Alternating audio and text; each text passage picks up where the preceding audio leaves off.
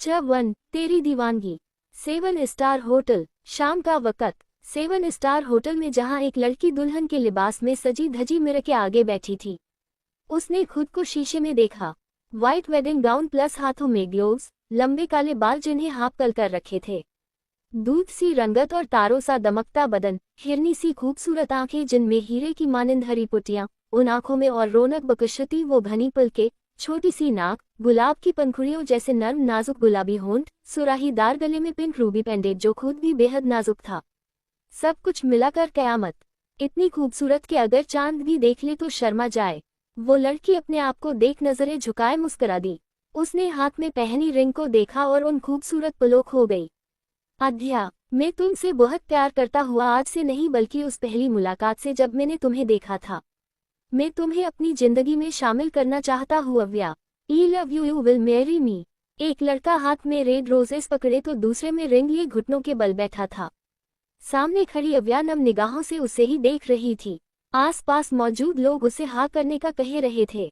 अव्या आंखों में आंसू लिए उस लड़के के आगे अपना हाथ बढ़ा के बोली, yes Akshay, I will marry you. इतना सुन उस लड़के ने खुशी से अव्या के हाथ में रिंग पहना दी और उसके हाथ को चूम लिया।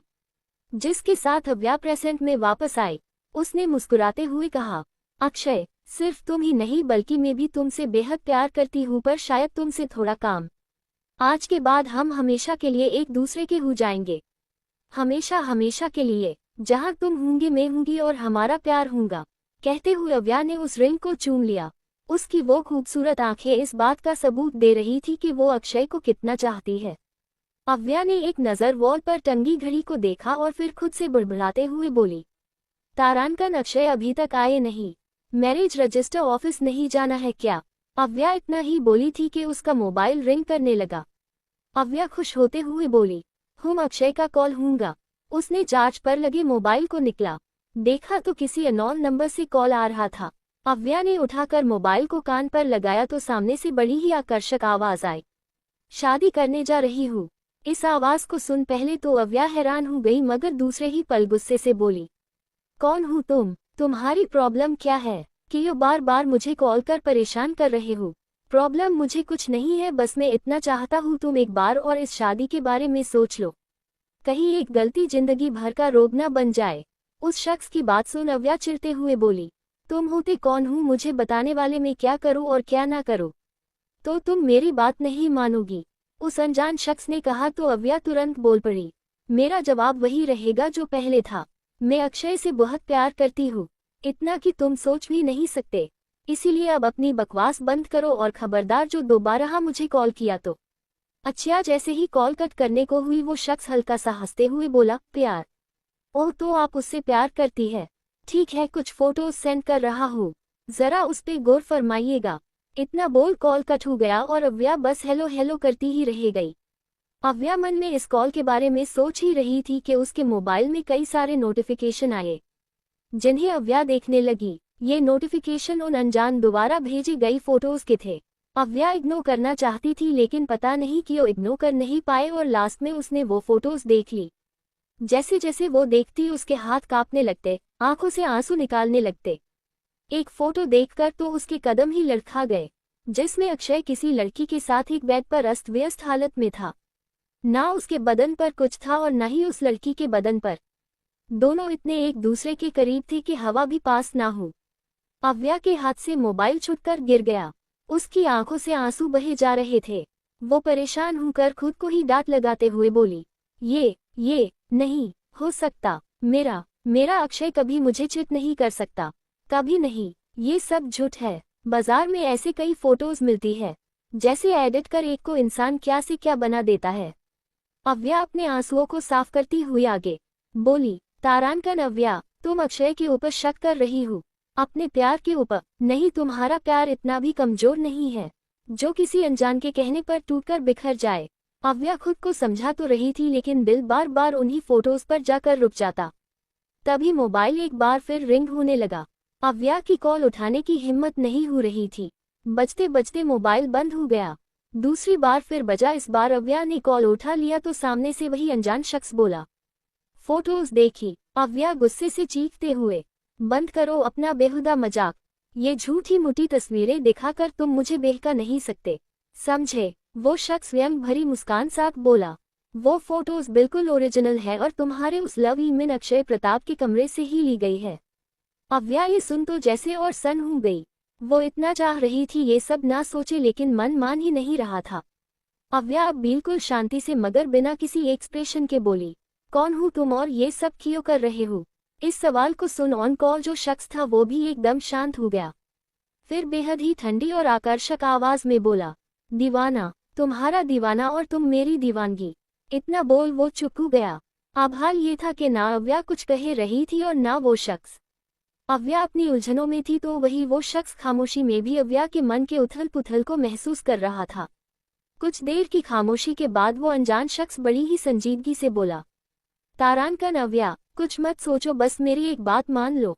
जब तक मेरा कॉल ना आए तुम अपने कमरे से बाहर मत निकलना और ना किसी को अपने कमरे में आने देना। अव्या जो कब से भूत बनी उसकी बातों को सुन रही थी, उसने गुस्से में आकर मोबाइल ड्रेसिंग टेबल पर दे मारा, जिससे शीश 1000 टुकड़ों में बट गया। अव्या चीखते हुए बोली, ऐसा नहीं हो सकता, अक्षय मुझे धोखा नहीं दे सकता, समझे तुम? अव्या धड़ाम से नीचे गिर गई। उसे ये बात एक्सेप्ट करना भी मुश्किल हो रहा था कि अक्षय उसे धोखा दे सकता है। अव्या रो रही थी, इस बात को वो दिमाग से निकालना भी चाहती थी, मगर अफसोस अक्षय उसे चिट कर रहा है ये निकल ही नहीं रहा था। अपने बहते आंसुओं को साफ करते हुए अव्या बोली, मुझे अब अक्षय से ही बात करनी होगी। अब वही इन फोटोज की सफाई देगा। हाँ वही आप सब एक्सप्लेन करेगा। अव्या खुद को संभालते हुए उठी, अपने मोबाइल को इधर उधर ढूंढने लगी, लेकिन याद आया उसने तो गुस्से में आकर मोबाइल को ही शीशे पर तोड़ दिया। अव्या अब लैंडलाइन के पास गई और किसी को कॉल करने लगी। कुछ रिंग के बाद ही कॉल रिसीव हुआ। इस वक्त अक्षय कहाँ है? अक्षय की पर्सनल असिस्टेंट चेक करती हुई बोली, मैम सर अभी होटल में नहीं है। उसकी घबराई हुई आवाज को सुन अव्या समझ गई वो झूठ बोल रही है। इसीलिए बिना कुछ कहे उसने कॉल कट कर दिया और अपने कदम कमरे की एग्जिट की ओर बढ़ा दिए। अव्या कमरे से निकलकर गलियारे में आ गई। इस बात को भूल करके उस अनजान शख्स ने उसे कमरे से बाहर निकलने से सख्त मना किया है। जैसे जैसे उसके कदम अक्षय के कमरे की ओर बढ़ रहे थे, हालत और दिल अजीब तरह से धड़के जा रहा था। फिर भी बिना रुके वो अक्षय के कमरे के आगे आकर खड़ी हो गई। अब आगे क्या होगा जानने के लिए बने रहिए हमारे साथ। मेरी इस नोवेल को भी पढ़े। उम्मीद करती हूँ आप सभी को ये काफ़ी पसंद आएगी। और एक बात, स्टोरी पढ़ने के बाद अपने कमेंट देने मत भूलना। खूबसूरती, ये खूबसूरती इतनी अच्छी चीज़ है ना, लेकिन क्या हो जब यही खूबसूरती हमारी सबसे बड़ी मुसीबत बन जाए। डॉक्टर मिशिका रायचंद, जो सक्सेसफुल डॉक्टर होने के साथ साथ बला की खूबसूरत है, इतनी कि कोई एक नज़र देख ले तो बस देखता ही रह जाए। उसकी यही खूबसूरती एक दिन उसे ऐसी जगह लाकर खड़ा कर देती है जहां ना तो सांसें उसकी है ना ही जिंदगी। सबका कंट्रोल एक इंसान के पास है और वो है द अंडरवर्ल्ड किंग और बिजनेस के बादशाह कहे जाने वाले शिवांग सिंह राजपूत। क्रूर, हार्टलेस या इमोशनलेस, जिसे अपने और अपने कुछ खास लोगों के अलावा किसी से कोई मतलब नहीं। ऐसे एक दिन उसका दिल आ जाता है मासूम डॉक्टर मिशी पर, और कब वो उसका जुनून बन जाती है खुद शिव को भी नहीं पता। लेकिन फिर आए कुछ ऐसे राज जिन्हें देखकर ये जुनून बेदंतेहा नफरत में बदल गया और शिव बना बैठा मिशी को अपना दुश्मन। ऐसा दुश्मन जिसे शिव फूटी आंख नहीं देख सकता। आखिर कौन से राज है जिसने जुनून को नफरत में बदल दिया? क्या मिशी संभाल पाएगी इस नफरत से भरे जुनून को? 7 स्टार होटल, प्राइवेट रूम। तारांकन, बेबी क्या कर रही हूँ? मैं लेट हो रहा हूँ। बेड पर बैठा अक्षय अपने कपड़े पहनते हुए बोला, तो पीछे से एक लड़की उसे बही में कस होठों को बेतहाशा चूमने लगी। अक्षय भी उसकी किस में साथ देने लगा और दूसरे ही पल उस लड़की को आगे खिंच वाइल्ड किस करने लगा। देखते ही देखते दोनों फिर एक दूसरे में मदहोश होने लगे। अक्षय उस लड़की को बेड पर लेटा खुद उसके ऊपर गया। कुछ ही देर में प्यार का खेल शुरू हो गया, जहां अक्षय की तेज सांसों का शोर था तो उसी के साथ उस लड़की की सिसकियों का। प्यार को परवान चढ़ाने के बाद दोनों बदन अलग हुए। अक्षय बेड से उठा, अपने कपड़े पहन साइड टेबल से मोबाइल उठाकर उसे चेक करने लगा। वही वो लड़की खुद को चादर से करवर बैठ गई और एकटक अक्षय को देखने लगी। वही अक्षय उसे बाय बोल दे से ही जाने को हुआ, उस लड़की ने पीछे से रोक लिया। मीरा, अब मैं नहीं रुक सकता, ऑलरेडी काफी लेट हो चुका हूँ। मीरा अक्षय की आंखों में देखते हुए बोली, डार्लिंग इतनी जल्दी भी किया है, चले जाना। एक मिनट, कहीं ऐसा तो नहीं तुम उस सुकोल्ड अव्या से शादी करने के लिए तड़पे जा रहे हो? मीरा नाराजगी से बोली, जिस पर अक्षय मुस्कुराते बोला, सही कहा तुमने बेबी, तड़प रहा हूँ लेकिन उससे शादी करने के लिए नहीं बल्कि उसकी करोड़ों की प्रॉपर्टी के लिए, जो शादी करते ही मेरी हो जाएगी। मीरा मुस्कुराते हुए बोली, मेरे कुछ समझ नहीं आया। मतलब तुम खुद इतने बड़े खानदान से हो, खुद का एम्पायर है, इतना पैसा है कि तुम एक दिन में खरबों भी खर्च कर दो तो कोई फर्क नहीं पड़ने वाला, फिर उस अव्या की प्रॉपर्टी तुम्हें क्यों चाहिए? अक्षय व्यंग भरी मुस्कान के साथ बोला, इतना सब कुछ मेरा नहीं है, इसमें कई हिस्सेदार भी है जो एक ना एक दिन अपना अपना लेकर निकल जाएंगे और मेरे हाथ चंद टुकड़ों के अलावा कुछ नहीं आएगा, इसीलिए इतनी शानदार प्लानिंग करनी पड़ रही है। मीरा अदा से अक्षय की बॉडी पर उंगली फिराते हुए बोली, डार्लिंग, आज तो तुम्हारी शादी है, क्यों ना शादी से पहले तुम्हारी फर्स्ट नाइट को एंजॉय करे। अक्षय उसके हाथ को पकड़ टेढ़ा मुस्कुराते हुए बोला, बाकी का किसी और दिन अभी जाना होगा, शादी करके अपनी मंजिल भी तो पानी है। मीरा अक्षय का मुस्कुराता हुआ चेहरा देख हल्के गुस्से में बोली, तुम्हें प्रॉपर्टी ही चाहिए तो तुम ऐसे भी तो उसे ले सकते हो, इसमें शादी करने की क्या जरूर है? अक्षय पास रखे टेबल से वाइन उठाकर उसे पीते हुए बोला, तारांकन बेबी, ऐसा हो जाता अगर वो कैलाश दीवान चालाकी ना करता, साला मरने से पहले अपनी कुल संपत्ति उस अव्या के नाम कर गया। अगर मुझे मालूम होता ना वो ऐसा कुछ करने वाला है तो माँ कसम सीढ़ियों से नहीं सीधा बम से उड़ा देता उसे। मीरा ये सुन हैरानी से बोली, मिस्टर दीवान को तुमने मारा है? अक्षय टेढ़ा मुस्कुराते हुए बोला, हाँ, बेचारे को मैंने मारा है। वैसे प्लान तो नहीं था लेकिन उसे मुझ पर शक हो गया था इसलिए रास्ते से हटाना पड़ा। कुछ नहीं आएगा, इसीलिए इतनी शानदार प्लानिंग करनी पड़ रही है। मीरा अदा से अक्षय की बॉडी पर उंगली फिराते हुए बोली, डार्लिंग, आज तो तुम्हारी शादी है, क्यों ना शादी से पहले तुम्हारी फर्स्ट नाइट को एंजॉय करे। अक्षय उसके हाथ को पकड़ टेढ़ा मुस्कुराते हुए बोला, बाकी का किसी और दिन अभी जाना होगा, शादी करके अपनी मंजिल भी तो पानी है। मीरा अक्षय का मुस्कुराता हुआ चेहरा देख हल्के गुस्से में बोली, तुम्हें प्रॉपर्टी ही चाहिए तो तुम ऐसे भी तो उसे ले सकते हो, इसमें शादी करने की क्या जरूर है? अक्षय पास रखे टेबल से वाइन उठाकर उसे पीते हुए बोला, तारांकन बेबी, ऐसा हो जाता अगर वो कैलाश दीवान चालाकी ना करता, साला मरने से पहले अपनी कुल संपत्ति उस अव्या के नाम कर गया। अगर मुझे मालूम होता ना वो ऐसा कुछ करने वाला है तो माँ कसम सीढ़ियों से नहीं सीधा बम से उड़ा देता उसे। मीरा ये सुन हैरानी से बोली, मिस्टर दीवान को तुमने मारा है? अक्षय टेढ़ा मुस्कुराते हुए बोला, हाँ, बेचारे को मैंने मारा है। वैसे प्लान तो नहीं था लेकिन उसे मुझ पर शक हो गया था इसलिए रास्ते से हटाना पड़ा। यहाँ ये दोनों बातों में लगे थे कि तभी कोई चीज गिरने की आवाज आई, जिससे दोनों का ध्यान डोर की ओर गया, जहाँ अध्या लाल आंखों से उन्हें ही घूर रही थी। अपने देव के कातिल को देख उसके कदम डगमगा गए, जिस कारण टेबल पर रखा वास गिरकर चकनाचूर हो गया। अपने सामने अव्या को देख अक्षय और मीरा एकदम हैरान थे। उन्हें डर था कहीं अव्या ने सब कुछ सुन तो नहीं लिया। अक्षय झट से अव्या के पास आया और अपनी सफाई पेश करते हुए बोला, तारांकन अवो मैं जो तुम मैं सा। अक्षय इतना ही बोल पाया था कि एक जोरदार थप्पड़ की आवाज पूरे कमरे में गूंज गई। मीरा ने अपने मुंह पर हाथ रख लिया तो वही अक्षय गल पर हाथ रखे अव्या को देखने लगा, जो गुस्से से लाल हुई अक्षय को कॉलर से पकड़ झिंझुरते हुए बोली, यू बास्टर्ड, तुमने मेरे डेड को इतनी बेरहमी से मार डाला। क्या बिगाड़ा था उन्होंने तुम्हारा? कितना भरोसा करते थे वो तुम पर, उनके भरोसे का तुमने ये सिला दिया। इतना बोल अव्या ने अक्षय को चक्का दे दिया, जिससे अक्षय गिर पड़ा। मीरा दौड़ के अक्षय के पास आई, उसे उठाते हुए चिल्लाकर अव्या से बोली, तुम्हारी हिम्मत कैसे हुई मेरे अक्षय को धक्का देने की?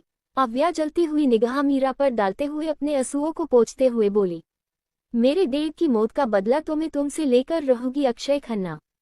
तुम्हें तिलके के लिए ना तरसा दिया तो मेरा नाम भी अव्या दीवान नहीं। Just wait and watch. उद्धरण चिन्ह। अव्या जाने को हुई लेकिन तुरंत अक्षय एक्शन में आया और अव्या का हाथ पकड़ उसे दीवार से सटाकर बेचारी की गर्दन दबोच ली। अव्या छटपटाने लगी तो वही अक्षय दांत पिसते हुए बोला, तू तो सोने की चिड़िया है मेरी आवो, मैं इतनी आसानी से तुझे मेरा बना बनाया प्लान खराब करने नहीं दे सकता। अव्या की आंखों से आंसू निकलने लगे। वो अब अपनी किस्मत को कोस रही थी। आखिर जिसके लिए वो पूरी दुनिया, यहाँ तक अपने पेरेंट्स से लड़ी, आज वही उसके पिट पर छुरा घोंप रहा है। अव्या घुटी घुटी सांसें लेने लगी। अक्षय ने उसे पकड़ ही कुछ हिस्सा रखा था। अक्षय मीरा की ओर देखते हुए बोला, तारांकन डार्लिंग जरा वो रस्सी पास करना, चिड़िया की पर कुछ ज्यादा ही फाड़फड़ा रहे हैं। मीरा ने मुस्कुराते हुए रस्सी पास की। अक्षय ने अव्या के हाथों को बांध दिया और मुंह पर रुमाल ठूस दिया, जिससे अव्या कुछ बोल नहीं पा रही थी। अक्षय उठा और अपने असिस्टेंट से मैरिज पेपर्स लाने कहा। कुछ देर में अक्षय के हाथ में मैरिज पेपर्स थे, जिन्हें लेकर वो अव्या के पास आया। आओ, चलो इन पर अपनी सिग्नेचर कर दो, जिसके बाद हमारी वेडिंग हो जाएगी और तुम्हारा शादी करने का सपना भी।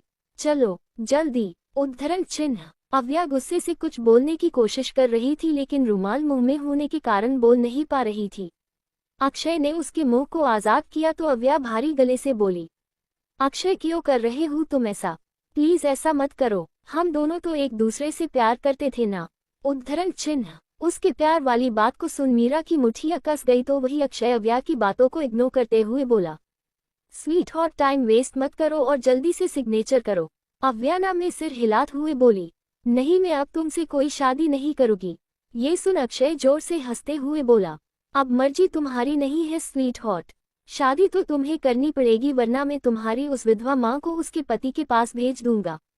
तुम चाहती हो ऐसा? अव्या ना में सिर हिलाते हुए रोते हुए बोली, नहीं नहीं अक्षय तुम ऐसा कुछ नहीं करोगे, प्लीज। मैं ऐसा करूंगा अगर तुमने मेरी बात नहीं मानी तो। अगर अपनी माँ को जिंदा देखना है तो चुपचाप जो बोल रहा है वो करो, नहीं तो मैं। उद्धरण चिन्ह। मैं करूंगी, पर तुम मेरी मम्मा को कुछ नहीं करोगे, प्लीज। अक्षय अव्या के फेस को सहलाते हुए बोला, गुड डिसीजन। उसने अव्या का एक हाथ खोला जिससे अव्या ने मैरिज पेपर्स पर सिग्नेचर कर दिया। उसी के साथ अक्षय ने भी। यूं तो एक पेपर पर सिग्नेचर करने से शादी हो गई थी, लेकिन अव्या के दिल से पूछो जो खुशी, जो उत्साह कुछ घंटों पहले था वो अब कहीं खोसा गया। वो बस रोया जा रही थी। अक्षय एक बार फिर उसे बांध दिया और मुंह में रुमाल घुसा दिया। मैरिज पेपर्स अपने असिस्टेंट को धामाते हुए उसे कोर्ट में जमा करवाने के लिए दे दिया। अक्षय कमरे में वापस आया ही था कि पीछे से मीरा उसे बाहों में भरती हुई बोली, डार्लिंग जीत मुबारक हो। अक्षय उसे आगे की ओर खींचते हुए बोला, तुम्हें भी बेबी। मीरा एक नजर अव्या को देखती है जो आंखों में आंसू लिए उन दोनों को ही देख रही थी। मीरा मुस्कुराकर अक्षय के सीने पर उंगलियां नचाते हुए सरगोशी से बोली, तारांकन डार्लिंग चलो ना, तुम्हारी जीत को हम सेलिब्रेट करते हैं, वो भी अपने अंदाज में। इतना बोल मीरा अक्षय के होठों को चूमने लगती है, जिसका अक्षय भी भरपूर साथ दे रहा था। किस करते हुए अक्षय ने मीरा को वॉल से सटा दिया और दोनों बेसब्रों की तरह एक दूसरे पर टूट पड़े। अव्या ये सब नम आंखों से देख रही थी। आज उसका दिल हद से ज्यादा जख्मी था। उसने कभी सपने में भी अक्षय की इस साइड के बारे में नहीं सोचा, नहीं कभी ख्याल किया। उसे वो फोटोज याद आने लगी जिस पर उसे यकीन नहीं था, लेकिन अब अव्या को आज ऐसा लग रहा था कि वो अब मर जाए या इन दोनों को खत्म कर दे। मगर अफसोस वो ये दोनों काम नहीं कर सकती थी। अक्षय ने अब एक एक कर मीरा को सारे कपड़ों से आजाद कर दिया, जो अव्या से बर्दाश्त नहीं हुआ, और उसने कसकर अपनी आंखें बांध ली। यहाँ अक्षय मीरा को गोद में उठाकर बेड पर ले आया और देखते ही देखते कमरा गर्म हो गया। दोनों पसीने से लथपथ थे। ये सिलसिला आधी रात तक चलता रहा और करीब 2 बजे वो दोनों एक दूसरे से अलग हुए। यहाँ अव्या आंखें बांध किए रो रही थी, या यूं कहो अपनी गलती पर पछता रही थी। अक्षय उठकर उसके पास आया, मगर जैसे ही अव्या को छूने को हुआ अव्या ने जोर से धक्का दे दिया और उठकर खड़ी हो गई। अक्षय हैरानी से अव्या को हाथों को देखने लगा और नीचे पड़ी रस्सी को, जिसे अव्या ने टूटे हुए वास के टुकड़े से काटा था। अक्षय अव्या को पकड़ने को हुआ, लेकिन उससे पहले ही अव्या ने नोकीले वास के टुकड़े से अक्षय के हाथ में वार कर दिया, जिससे बहुत तेज ब्लीडिंग स्टार्ट हो गई। अक्षय अव्या को गुस्से से घूरते हुए बोला, साली। उसके कदम अव्या की ओर बढ़ गए। वही अव्या जान बचाने के लिए एक और वार करती है, वो भी अक्षय के सीने पर, जिससे अक्षय दर्द से तड़प उठा। अक्षय गुस्से से उबलते हुए उसकी ओर तेजी से बढ़ने लगा, लेकिन आज अव्या ने भी सोच लिया था कि वो अपने डैन की मौत का बदला उससे लेकर ही रहेगी, जिससे दोनों में काफी देर तक हाथापाई चली। अव्या ने उसे कई जगह से लहूलुहान कर दिया था। अव्या अब आखिर वार करने वाली थी कि अचानक मीरा ने पीछे से उस पर हमला कर दिया। अब अव्या का ध्यान मीरा पर चला गया। उसने उसे धक्का दे दिया और एक बार फिर अक्षय को निशाना बनाने लगी। उसने टेबल पर रखा चाकू उठा लिया। अक्षय भी काफी जरामी हम चुका था, इसलिए लड़खड़ाने लगा। अव्या ने जैसे ही उसे चाकू मारना चाहा, उससे पहले ही वो दर्द से तड़प उठी। चाकू हाथ से छूट गया। अव्या ने अपने पेट की ओर देखा जहां वाइन की बोतल घुसी थी। फिर उसने साइड देखा तो ये बोतल मारने वाली कोई और नहीं मीरा ही थी। मीरा को देख अव्या की आंखों से आंसू जारी हो गए। आखिर मीरा वो थी जो एक टाइम पर उसकी बेइज्जती हुआ करती थी, लेकिन कुछ सालों पहले ही ये दोनों एक दूसरे की जानी दुश्मन बन गई। या यूं कहो मीरा अव्या की जानी दुश्मन बन गई और आज अव्या पर हमला कर उसने सबूत भी दे दिया। मीरा ने झटके से बोतल बाहर निकाली जिसके साथ ही अव्या की चिक भी मिक गई। मुस्कुराते हुए मीरा ने दूसरा वार भी किया। अव्या दर्द से बिलक उठी। देखते ही देखते अव्या अपने ही खून से लथपथ हो गई। अव्या दर्द से अटकते हुए बोली, तारानकन मेरी दोस्ती का अच्छा सिला दिया है तुमने मीरा। तारानकन दोस्त नहीं दुश्मन थी तुम मेरी, सिर्फ और सिर्फ दुश्मन, समझी? मीरा गुस्से से उबलते हुए बोली। अव्या मुस्कुरा उठी। उसके कदम लड़खड़ा रहे थे। अक्षय ने अव्या के बदन पकड़ लिए और उन्हें खींचते हुए बोला, साली तूने मुझ पर हाथ उठाया, मुझ पर? कहते हुए अक्षय ने 2-3 थप्पड़ अव्या के गालों पर लगा दिए। दर्द से अव्या का खूबसूरत चेहरा बिल्कुल बेनूर हो गया। रोने से उसकी आंखें लाल और सूज गई। आंसू अभी तक जारी थे लेकिन होठों पर मुस्कान सजाए और धीरे से बोली, तारानकन तुम्हें भी मैं कभी नहीं भूलूंगी अक्षय। अगर एक और मौका दिया ना जिंदगी ने मुझे अपनी गलती सुधारने का तो कभी तुमसे प्यार नहीं करूंगी, क्योंकि तुम मेरे प्यार के लायक नहीं थे। तारानकन ओह यू मीन पुनर्जन्म एट ऑल। अक्षय हंसते हुए आगे बोला, ठीक है लेकिन उससे पहले तो तुम्हें मरना पड़ेगा। कियो बेबी, डिड आई से इट राइट? मीरा सीने पर हाथ बांधे एविल स्माइल करते हुए बोली, of course darling you said absolutely right. अगर दोबारा जिंदा होना है तो पहले मरना पड़ेगा। तारानकन कर देते हैं इसकी लास्ट इच्छा पूरी। अक्षय देवल स्माइल करते हुए बोला तो मीरा उसे रोती हुई बोली, 1 मिनट बेबी, 1 मिनट। मीरा अव्या के पास आई जो बुरी तरह कमजोर हो चुकी थी। बॉडी से बहुत सारा खून निकल चुका था। अव्या थकी हुई नजरों से मीरा देखने लगी। वही मीरा की नजर तो अव्या के गले में पड़े पिंक रूबी पेंडेंट पर थी, जिसे उसने झटक से खींच लिया। अव्या दर्द से चीख उठी। गले पर कट लग गया और वहां से भी खून निकलने लगा। मीरा पेंडेंट को छूते हुए मुस्कुरा के बोली, तारानकन फाइनली ये मैंने तुमसे छीन ही लिया। अव्या लड़खड़ाते हुए मीरा की ओर बढ़ने लगी।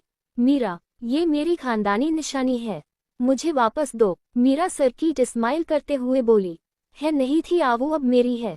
तुम्हारे मरने के बाद इसका असल यूज तो मैं करूंगी। अव्या मीरा से पेंडेंट छीनने को हुई लेकिन उससे पहले ही अक्षय अव्या के पेट पर जोर की लात मारता है, जिससे अव्या संभल नहीं पाए और ग्लास वॉल तोड़ते हुए बिल्डिंग के नीचे गिरने लगी। अक्षय खुशी से चीखते हुए बोला, sweetheart, bye and all the best for your new life.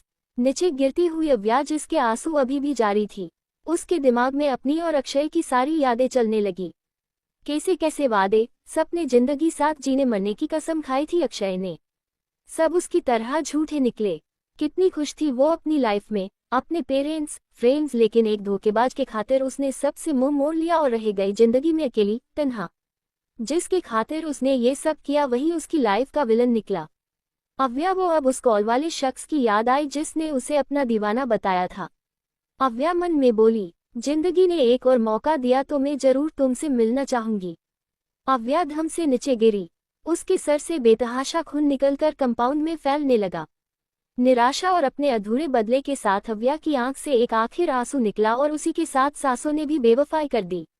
अव्या दीवान, उम्र 22 साल, इंडिया के टॉप 10 बिजनेसमैन की लिस्ट में 7th पोजीशन पर आने वाले अविनाश दीवान की एकलौती बेटी।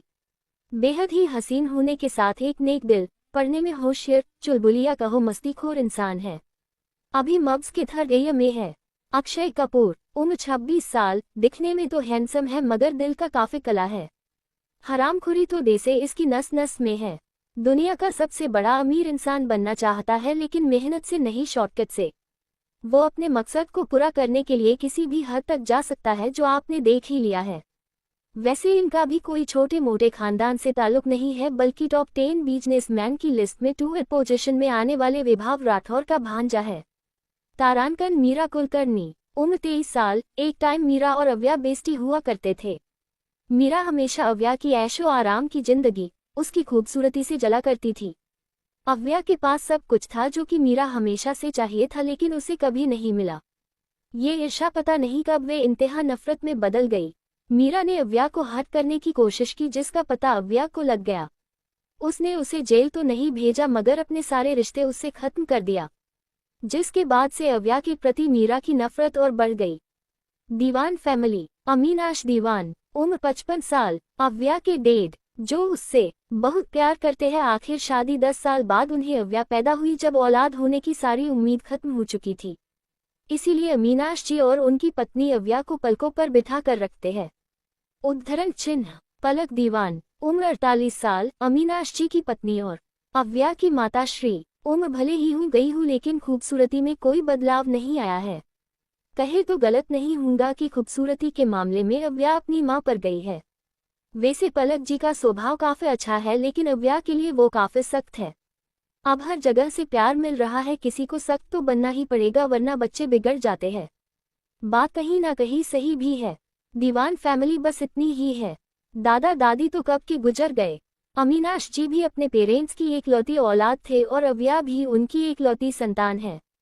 चलिए कहानी की ओर। दिल्ली। अव्या की धीरे धीरे आंख खुली तो पाया वो जिंदा है, मगर कैसे? अव्या ने झट से अपने पेट पर हाथ रखा जहां किसी किस्म का कोई दर्द कोई तकलीफ महसूस नहीं हो रही थी।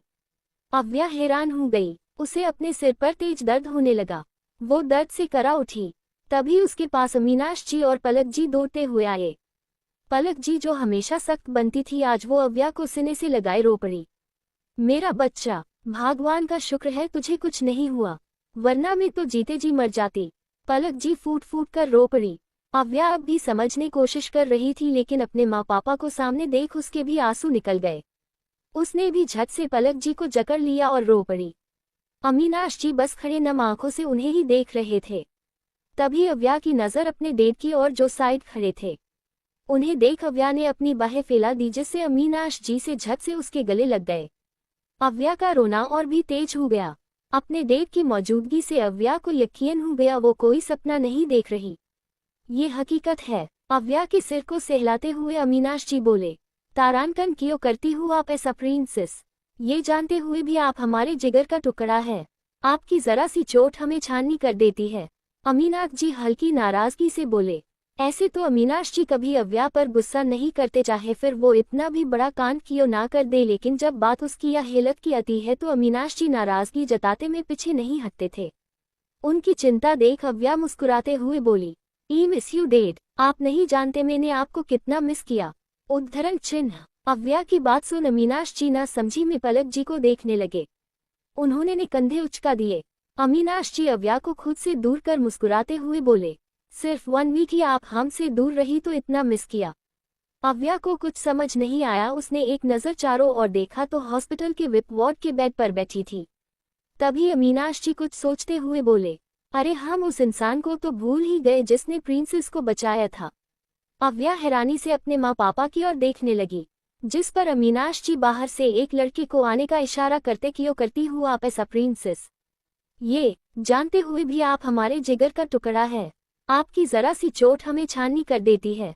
अमीनाथ जी हल्की नाराजगी से बोले। ऐसे तो अमीनाश जी कभी अव्या पर गुस्सा नहीं करते, चाहे फिर वो इतना भी बड़ा कांड क्यों ना कर दे, लेकिन जब बात उसकी या हेलत की आती है तो अमीनाश जी नाराजगी जताते में पीछे नहीं हटते थे। उनकी चिंता देख अव्या मुस्कुराते हुए बोली, ई मिस यू डैड, आप नहीं जानते मैंने आपको कितना मिस किया। उद्धरण चिन्ह। अव्या की बात सुन अमीनाश जी ना समझी में पलक जी को देखने लगे। उन्होंने ने कंधे उचका दिए। अमीनाश जी अव्या को खुद से दूर कर मुस्कुराते हुए बोले, सिर्फ 1 वीक ही आप हमसे दूर रही तो इतना मिस किया। अव्या को कुछ समझ नहीं आया। उसने एक नज़र चारों ओर देखा तो हॉस्पिटल के विप वार्ड के बेड पर बैठी थी। तभी अमीनाश जी कुछ सोचते हुए बोले, अरे हम उस इंसान को तो भूल ही गए जिसने प्रिंसेस को बचाया था। अव्या हैरानी से अपने माँ पापा की ओर देखने लगी, जिस पर अमीनाश जी बाहर से एक लड़के को आने का इशारा करते हैं। वो लड़का जैसे ही अंदर आया अव्या के होश उड़ गए, मगर अगले ही पल आंखों में नमी संग दर्द भी उमड़ आया। अमीनाश जी उस लड़के से अव्या को मिलवाते हुए बोले, तारांकन प्रिंसेस से मिलो, ये है अक्षय कपूर, इन्होंने आपको हॉस्पिटल पहुंचाया था। अक्षय को देख उसके सारे जख्म ताज़ा हो गए। दिल में टीस सी लगी। अक्षय ने मुस्कुराते हुए अव्या से उसका हाल पूछा, मगर अव्या तो बस एकटक अक्षय को घूर रही थी। उसकी आंखें दबाने लगी। अक्षय अपने सवाल के जवाब का इंतजार करने लगा। वही अब अमीनाश जी और पलक जी भी अव्या के बिहेवियर को समझने की कोशिश करने लगे। अव्या अपना सिर पकड़ते हुए बोली, मम्मा, हमारे सिर में दर्द हो रहा है। पलक जी तुरंत अव्या के बगल में बैठते हुए बोली, बेटा सिर में चोट लगी है, तुम लेट जाऊं। अमीनाश आप डॉक्टर को बुलाइए। अमीनाश जी डॉक्टर को बुलाने चले गए। यहाँ अक्षय अब पूरी तरह इग्नोर हो चुका था, जिससे उसने मुठियां कस ली और बिना कुछ बोले वार्ड से बाहर आ गया। कुछ देर बाद अमीनाश जी और पलक जी अक्षय के साथ बाहर खड़े थे। पलक जी हाथ जोड़ते हुए बोली, थैंक यू बेटा, हमारी जिंदगी हमें वापस लौटाने के लिए। तुम नहीं जानते तुमने कितना बड़ा एहसान किया है हम पर। तारांकन, हाँ बेटा, अगर आज तुम वक्त पर हमारी बेटी को हॉस्पिटल ना लाते थी शायद डॉक्टर भी कुछ ना कर पाते। अक्षय पलक जी के हाथों को नीचे करते हुए बोला, अंकल आंटी आप ये कैसी बातें कर रहे हैं। जीवन लेना या देना उस भगवान के हाथों में होता है, न कि हम जैसे छोटे मोटे इंसानों के हाथ में। वैसे भी इंसान का ही काम होता है दूसरे इंसान की मदद करना। फिर तो ये एक्सीडेंट मेरे सामने हुआ था तो क्यों ना हेल्प करता। अब आप बार बार थैंक यू बोल मुझे शर्मिंदा मत कीजिए, अक्षय ने बड़ी ही नम्रता से कहा। तो पलक जी प्यार से उसके सिर पर हाथ रखती हुई बोली, इतने अच्छे संस्कार है तुम्हारे बेटा, भगवान तुम्हें हमेशा खुश रखे। वार्ड के अंदर अव्या वॉशरूम में आईने के आगे खड़ी खुद को देख रही थी। उसके सिर पर पट्टी बंधी थी, हाथों में कुछ कुछ जगह बैंडेज। अव्या ने अपने आप को देखा और सारी कड़ियों को जोड़ने लगी। तब उसे समझ आया कि वो लाइफ में 3 साल पहले आ चुकी है, जब लखनऊ से दिल्ली आते वक्त उसका कार एक्सीडेंट हुआ था और उसकी जान अक्षय ने बचाई थी। सब कुछ सोच अव्या सुबह उठी। उसने वॉश बेसिन पर अपनी पकड़ कस दी, टैप चालू कर दिया जिससे उसकी सिसकियों की आवाज बाहर ना जा पाए। अव्या जोर जोर से रोने लगी। आखिर आज ही के दिन से तो उसकी बर्बादी की कहानी अक्षय ने रचाई थी, जिसने दीमक की तरह उसका सब कुछ खत्म कर दिया था। लास्ट में उसे भी खत्म कर दिया। उन सारे पलों को याद कर अव्या को दिल में दर्द सा महसूस हुआ। आखिर जिंदगी के 3 साल उसने ऐसे धोखेबाज के पीछे गवा दिए थे, जिसने उसका सब कुछ छीन लिया, घर, पैसे, प्रॉपर्टी, बिजनेस, फैमिली, यहाँ तक उसकी सासें भी। अव्या को अपनी नादानी पर गुस्सा भी आ रहा था और खुद पर तरस भी। कुछ देर बाद अव्या खुद को देखते हुए आंसू पोंछकर बोली, कैसे हुआ क्यों हुआ, चाहे जो भी हो, लेकिन इस बार मैं किसी को अपनी जिंदगी के साथ खेलने नहीं दूंगी। तुम अपने मकसद में कभी कामयाब नहीं हो पाओगे अक्षय कपूर, कभी नहीं। उद्धरण चिन्ह। अव्या ने सोच लिया था कि वो कभी अक्षय को अपनी लाइफ में एंट्री नहीं देगी और नहीं ऐसा कोई काम करेगी जिससे उसकी दूसरी जिंदगी में भी कोई प्रॉब्लम हो। अब वो किसी को खोना नहीं चाहती थी। अव्या की नज़र अपने गले में पड़े उसी पिंक रूबी पेंडेंट पर गई, जिसे देख उसकी खुशी का कोई ठिकाना ही नहीं रहा। अव्या पेंडेंट को चूमते हुए बोली, दादी माँ, आपकी दी निशानी में कभी खुद से दूर नहीं करूंगी। कहते हुए अव्या की आंखें छालिक पड़ी। हॉस्पिटल के बाहर पार्किंग एरिया। अक्षय गुस्से में किसी से कॉल पर बात कर रहा था। तुमने जो कहा था वैसा ही किया, लेकिन उसे देख तो बिल्कुल नहीं लगता वो मुझ में कुछ इंटरेस्ट है। तारांकन, ओ बेबी, पहली ही मुलाकात थी, अभी ना सही तो 2 से 3 मुलाकात और सही। वैसे भी उसे बेवकूफ बनाना कौन सा मुश्किल काम है। अक्षय मुस्कुराते हुए बोला, हम ठीक तो तुम कह रही हो, काफी मौके मिलेंगे इस सोने की चिड़िया को फंसाने में। उद्धरण चिन्ह। फिर थोड़ा शरारत से आगे बोला, बेबी क्यों ना आज थोड़ा मूड बनाया जाए, काफी दिन हो गए हैं तुम्हारे साथ वर्कआउट नहीं हुआ। सामने वाली लड़की भी मचल गई। तो ठीक है, आ जाना फिर अपने पुराने ठिकाने पर, तुम्हें जन्नत की सैर कराते हैं। अक्षय टेढ़ा मुस्कुराते हुए बोला, मैं आ रहा हूँ baby, be ready. Farm house एक कमरे में, घर के फर्स्ट फ्लोर का एक कमरा, जहाँ एक लड़का एक लड़की के होंठ को बेतहाशा चूमे रहा था। वो लड़की भी उसका साथ दे रही थी। दोनों उस जिस्म के खेल में शामिल थे। उस लड़की की कामुक सिसकियां माहौल गर्म कर रही थी, जिसके साथ वो लड़का भी अपनी रफ्तार दुगनी किए जा रहा था। कुछ घंटों बाद दोनों चित होकर लेट गए। लड़की अपना सर लड़के के सीने पर रख लेती है।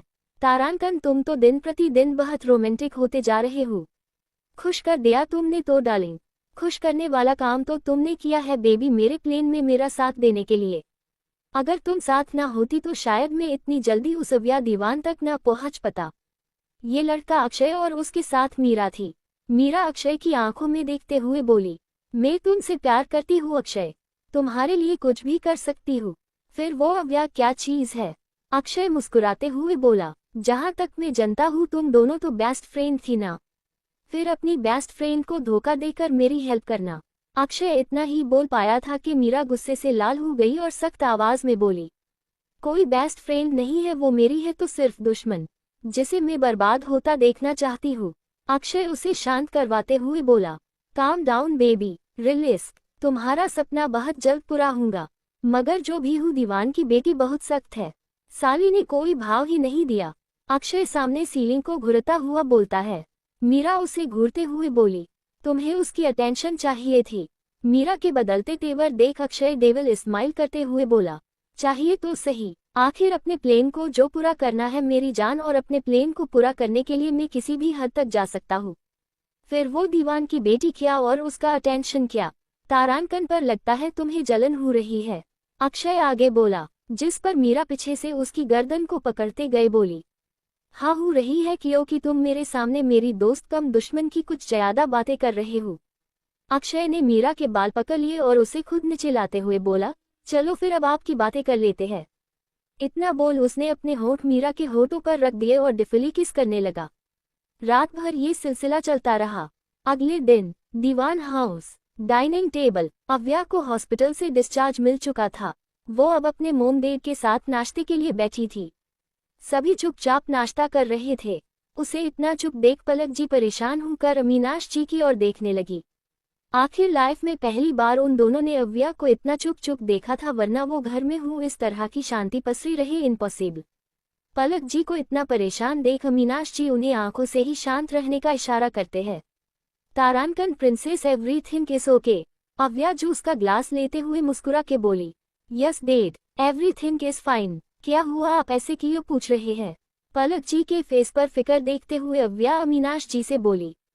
तो अमीनाश जी उसे एक चम्मच पोहा खिलाते हुए बोले, कुछ नहीं, बस आपकी मम्मा से इतनी शांति बर्दाश्त नहीं हो रही थी। सिर्फ इसीलिए अव्या को एहसास हुआ कि उसकी खामोशी उसकी फैमिली को इतना परेशान कर रही है, क्योंकि अव्या की ऐसी साइलेंट पर्सनैलिटी तो कभी थी ही नहीं। वो तो हमेशा उछलती कूदती हंसती गाती लाइफ को एकदम खुलकर जीने वाली लड़की थी, लेकिन अक्षय के आते ही उसने खुद को एकदम बदल लिया। आखिर उसे अव्या की ऐसी अदातें बिल्कुल पसंद नहीं थी। दीवान हाउस, डाइनिंग एरिया। अव्या मुस्कुराते हुए पलक जी से बोली, होम डैड, हमें भी लगता है आज घर में बहुत शांति है। मतलब होम मिस्टर भी बड़ी चुप चुप सी है। अव्या ने अमीनाश जी से कहते हुए एक आंखें दबा दी। तो वही पलक जी अव्या की बातों का इशारा समझते हुए बोली, क्या मतलब है आपका, क्या हम सारा दिन बे बजाए बजते हैं। फिर नाराजगी से एप्पल कट करते हुए आगे बोली, सही है, हम ही दिन भर पगली की तरह बड़ करते रहते थे। आप तो कुछ करती नहीं है। अव्या मचलते हुए, मम्मा अब हमने क्या किया जो आप हम पर इस तरह से गुस्सा कर रही है। पलक जी आंखें दिखाते हुए बोली, क्या किया ये आप हमसे पूछ रही है। लखनऊ से सारी कॉम्प्लेक्स आई है आपकी। हॉस्टल के बाथरूम में बम फोड़ना, मयस वाली से झगड़ा करना और वहां की गार्डियन से बदतमीजी करना। अपनी शिकायतें सुनते हुए अव्या का मुंह बन गया और वो उम्मीद से अमीनाश जी की ओर देखने लगी। अमीनाश जी मुस्कुराते हुए पलक जी से बोले, अरे भगवान, हमारी प्रिंसेस ने ऐसा किया है तो जरूर कुछ हुआ होगा। हमें हमारी बच्ची पर पूरा भरोसा है, वो ऐसे ही कुछ नहीं करती। पलक जी उन्हें घूर कर देखने लगी।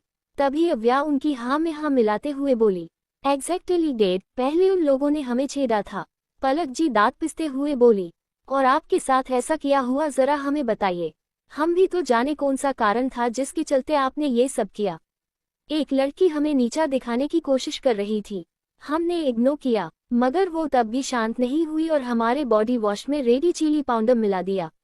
वो तो अच्छा था इसकी खबर हमें लग चुकी थी, वरना जो हमारा हॉल होता हम बता नहीं सकते, इसीलिए हमने बाथरूम में बम फोड़ दिया। अव्या रुकी और फिर गहरी सांस भरते हुए आगे बोली, उस लड़की ने जाकर मोर्डेंट को बताया। हमने अपनी सफाई दी, लेकिन मोर्डेंट बस उस लड़की का ही साथ दे रही थी, इसीलिए हमने गुस्से में आकर उस मोर्डेंट को भी खूब सुना दिया। ये सुन पलक जी गुस्से से बोली, तो आप इसकी शिकायत हमसे करती, हम कुछ करते, खुद से ही इतना सब कुछ करने की क्या जरूरत थी। तारांकन आपसे बताते और आप प्रिंसिपल से कहती। प्रिंसिपल उस लड़की और मोर्डेंट को बस कुछ दिन के लिए रेस्टिगेट करती, जिसके बाद भी वही करती और शायद हमें कमजोर मानकर इससे भी कुछ बड़ा करती जो हमसे बर्दाश्त नहीं होता। बस इसीलिए खुद से सब अपने हिसाब से कर दिया। अव्या अपना नशता करने लगी। तो वही उसकी बातों को सुन जहां अमीनाश जी सरहन कर रहे थे तो पलक जी कुछ शांत थी। वो भी समझ रही थी कि जो भी उन लोगों ने किया ठीक नहीं था। एक बार फिर सभी टेबल पर शांति पसर गई। तीनों लोग अपना अपना खाना खा रहे थे। अव्या कुछ सोचते हुए अमीनाश जी से बोली, तारानकन डेड, आपसे कुछ कहना था। अमीनाश जी बोलने का इशारा करते हैं तो अव्या जूस के ग्लास को घुमाते हुए बोली, हम मेडिकल ड्रॉप कर रहे हैं और अपना फैमिली बिजनेस ज्वाइन करना चाहते हैं। ये सुन अमीनाश जी, पलक जी दोनों ही हैरान हो गए। पलक जी कंफ्यूजन से बोली, लेकिन इतना बड़ा फैसला आप अचानक क्यों ले रही है? पलक जी जानती है एक डॉक्टर बनने के लिए उनकी बेटी कैसे दिन रात मेहनत करती है। जहां हर अमीर बाप की औलाद पैसों के दम पर या ऊंची पहचान के जरिए बड़े बड़े कॉलेजेस में एडमिशन लेती है, वही उनकी बेटी ने अपने दम पर इतने बड़े कॉलेज में सीट हासिल की है। फिर यूं अचानक क्यों वो छोड़ना चाहती है? ऐसे ही सवाल पलक जी के दिमाग में घूम रहे थे। वही अमीनाश जी भी संजीदगी से बोले, तारानकन हाँ प्रिंसेस, आप ऐसा क्यों कर रही है? इतने अच्छे ग्रेड से आपने अपना फर्स्ट सेमेस्टर कंप्लीट किया, फिर बीच में तारानकन कॉलेज में कोई परेशानी है या फिर कुछ और बात है? पलक जी एकदम सीरियस लुक में बोली, जिस पर अव्या मुस्कुराते हुए बोली, ऐसा कुछ नहीं है मोम डैड, सब कुछ ठीक है। जब हमारा खुद का इतना बड़ा एम्पायर है तो मेरी जिम्मेदारी है उसे संभालना। मुझे भी अपने डैड के उनके बिजनेस में सहारा बनना है, बस इसीलिए ये फैसला लिया। एंड डोंट वरी, काफी सोच समझ कर ये फैसला हमने लिया है। इतना बोल अव्या अमीनाश जी की ओर देख आगे बोली, डैड आपको हमारे लिए फैसले से कोई प्रॉब्लम तो नहीं? अमीनाश जी मुस्कुराते हुए बोले, हमें हमारी प्रिंसेस और उनके लिए गए हर एक फैसले पर यकीन है। आप जब चाहे ऑफिस ज्वाइन कर सकती है। हम आज कॉलेज ट्रांसफर की सारी फॉर्मेलिटी कंप्लीट कर लेते हैं, फिर कल से ऑफिस ज्वाइन कर लेंगे। इतना बोल अव्या वहां से उठकर अपने कमरे में चली गई। पलक जी चिंता से बोली, ये लड़की क्या करना चाहती हमारे कुछ समझ नहीं आ रहा। इतनी मेहनत के बाद मेडिकल ड्रॉप कर वो अब फिर से जीरो से शुरुआत करना चाहती है। फिर अमीनाश जी की ओर देखते हुए, और आप भी उसे समझाने के बजाय उल्टा साथ दे रहे हैं। अमीनाश जी पलक जी के हाथ पर अपना हाथ रखते हुए मुस्कुरा के बोले, अव्या दीवान हमारी बेटी है, पलक और अमीनाश दीवान की हमें पूरा यकीन है। इतने बड़े फैसले के पीछे जरूर कोई बड़ी वजह होगी। आप फिक्र मत कीजिए, वो जैसा चाहती है करने दीजिए। अमीनाश जी खुशी से जूस पीते हुए, हमारी प्रिंसेस के एक फैसले ने हमारी सारी टेंशन यूं खत्म कर दी। रातों दिन हमें चिंता सताती रहती थी कि हमारे बाद हमारे इतने बड़े एम्पायर को कौन संभालेगा, लेकिन अब उसे संभालने के लिए हमारी बेटी तैयार हो गई है। अमीनाश जी खुशी देख पलक जी भी मुस्कुरा दी। आखिर वो भी इस बात से वाकिफ थी। अमीनाश जी उठे और पलक जी के फोरहेड पर किस करते हुए बोले, तारानकन अब हम चलते हैं। आज बहुत जरूरी डील होने वाली है, जो हमारी इंडस्ट्री को 7 पोजीशन से इनक्रीज कर देंगी। तारानकन ये डील आपको जरूर मिलेगी। उद्धरण चिन्ह। पलक जी मुस्कुराते हुए कहा और फिर अमीनाश जी निकल गए। Indira Gandhi international airport, Delhi. दोपहर का वक्त। आसमान से उतरते हुए एक जेट रनवे पर आकर रुका, जिसके लैंड होते ही एक साथ कई काले कपड़े पहने आदमी हाथों में गन्स लिए निकले और पूरे एयरपोर्ट में काली चींटियों की तरह फैल गए। कुछ जेट के को घेर कर खड़े हो गए। उन आदमियों के बाद एक और शख्स निकला। Grey 3 piece, muscular body, perfect नेम नक्श। उसने पहले सारी सुरक्षा देखी और फिर कान में लगे ब्लूटूथ के जरिए बोला, बॉस आ रहे हैं, बी अलर्ट। फिर उसने अंदर कुछ इशारा किया जिससे किसी के चमचमाते जूतों ने अपने दर्शन दिए। उस शख्स के आने की खबर मिलते ही सारे गार्ड्स गन लोड किए खड़े हो गए। एक हसीन चेहरा अपने सूट को ठीक करते हुए बाहर निकला। Indira Gandhi international airport, Delhi. दोपहर का वक्त। ब्लैक 3 पीस सूट, उस पर ब्राउन ओवरकोट पहने एक आकर्षक इंसान बाहर निकला। जिम में घंटी मेहनत कर बनाई बॉडी, गोरा रंग, काली गहरी आंखें, खड़ी नाक, शार्प फेस, उस पर हल्की हल्की बियर्ड, कुल मिलाकर हैंडसम, डेशिंग मगर उतना ही खतरनाक औरा। उसने एक नज़र पूरे एयरपोर्ट पर घुमाए फिर आगे कदम बढ़ा दिए। उसी के पीछे सारे गार्ड्स चल दिए। एग्जिट एरिया में आते ही लोग मुंह खोले उसे देखने लगे। आखिर बंदा था भी तो देखने वाला है, फिर कोई क्यों ही ना देखे। मगर वो शख्स सभी को इग्नोर कर अपनी कार की ओर चला गया। उसके बैठे ही एक के बाद एक कारें हवा को चिरते हुए अपनी मंजिल की ओर निकल गई। कार के अंदर वो शख्स आंखें बंद किए बैठा था, तभी उसके असिस्टेंट का मोबाइल रिंग करने लगा। शो हो रहे नंबर को देख असिस्टेंट उस पीछे बैठे शख्स से बोला, बॉस, ओल्ड राठौर सर का कॉल है। उसने बहुत छोटा सा जवाब दिया, जिस पर असिस्टेंट थोड़ा परेशान होते हुए बोला, बॉस शायद कुछ जरूरी बात है। वो शख्स आंखें खोलते हुए, दादाजी से कहे दो हम इवनिंग में मेंशन अजेगे। उद्धरण चिन्ह। असिस्टेंट ने हाँ में सिर हिला दिया और वो शख्स विंडो से बाहर की ओर देखने लगा। दीवान ग्रुप ऑफ इंडस्ट्री के आगे 4 से 5 बड़ी बड़ी कारें आकर रुकी, जिससे पहले तो गार्ड्स निकले और फिर वही एयरपोर्ट वाला शख्स। उसने एक नज़र पूरी कंपनी को देखा, तब तक एक आदमी उसके पास आते हुए बोला, हेलो मिस्टर अभय राठौर, मैं अमीनाश सर का असिस्टेंट आशीष। आइए अंदर चलते हैं। उद्धरण चिन्ह। अभय राठौर, उम्र 25 साल, बिजनेस वर्ल्ड की टॉप 10 की लिस्ट में पहली पोजीशन में आने वाले शख्स, जिसे पूरी दुनिया जानती है। इनकी एक झलक पाने के लिए लोग तरसते हैं। वैसे बात की जाए इन बिहेवियर की तो ये काफी शांत इंसान है। कम बोलना और प्रैक्टिकली परफॉर्म करना इनके रूल्स में से एक है। लेकिन इनकी एक और पहचान है और वो है एक माफिया, बोले तो माफिया किंग, जिसे कोई नहीं जनता सिवाय कुछ खास लोगों के। सभी कंपनी के अंदर बढ़ गए। अभय के कदम पड़ते ही काम कर रहा सारा स्टाफ अपनी जगह खड़ा हो गया। लड़कियां तो दिन थौमे बस इन हस्ती को देख रही थी। उनमें खुसुर फुसुर होने लगी, लेकिन अभय के आगे कोई कुछ नहीं बोला। सभी लिफ्ट से अमीनाश जी के केबिन की ओर बढ़ गए। जाते जाते आशीष जी सबसे मुस्कुराते हुए बोले, carry on, focus on your work everybody. तब कहीं जाकर सबको होश आया और वो अपने अपने काम करने लगे। लेकिन नजर अभी भी लिफ्ट की ओर बनी हुई थी। अमीनाश जी के केबिन में मीटिंग शुरू हो चुकी थी और कुछ ही देर में वो लोग नतीजे पर पहुंच गए। अमीनाश जी मुस्कुराने हुए सामने बैठे अभय से बोले, तारांकन बिजनेस की दुनिया में सभी का सपना है यार एम्पायर के साथ काम करने का, लेकिन खुशकिस्मती से ये मौका हमें मिला। थैंक यू मिस्टर अभय। अभय जो अमीनाश जी के आगे बैठा था, वो बिना किसी एक्सप्रेशन के बोला, इस प्रोजेक्ट में मुझे किसी भरोसेमंद वेल टैलेंटेड पार्टनर की जरूरत थी जो आपके साथ कोलैब कर मिल गई। उम्मीद है आप ऐसे ही आगे भी बने रहेंगे। Thank you mister Abhay, we are looking forward to work with you. Aminash ji Abhay से हाथ मिलाते हुए बोले, सो वी आर। अभय ने उनसे हाथ मिलाकर हल्की सी मुस्कुराहट के साथ बोला। दीवान हाउस। अव्या का बेडरूम। अव्या विंडो के पास खड़ी बस खाली आंखों से सामने की ओर देखे जा रही थी। डे से बहुत कुछ सोच रही हूँ। अभी वो अपने ही ख्यालों में थी कि किसी आवाज उसके कानों में पड़ी। तारांकन आंटी, आंटी, आवू कहाँ है? ये आवाज नीचे लिविंग एरिया से आ रही थी, लेकिन इतनी तेज थी कि अव्या आराम से अपने कमरे में बैठी सुन ले। उसके होठों पर प्यारी से स्माइल आ गई और ना में सिर हिलाते हुए बोली, तारांकन आ गई पागल। पलक जी बोली, अपने कमरे है, जाऊं जाकर मिल लो।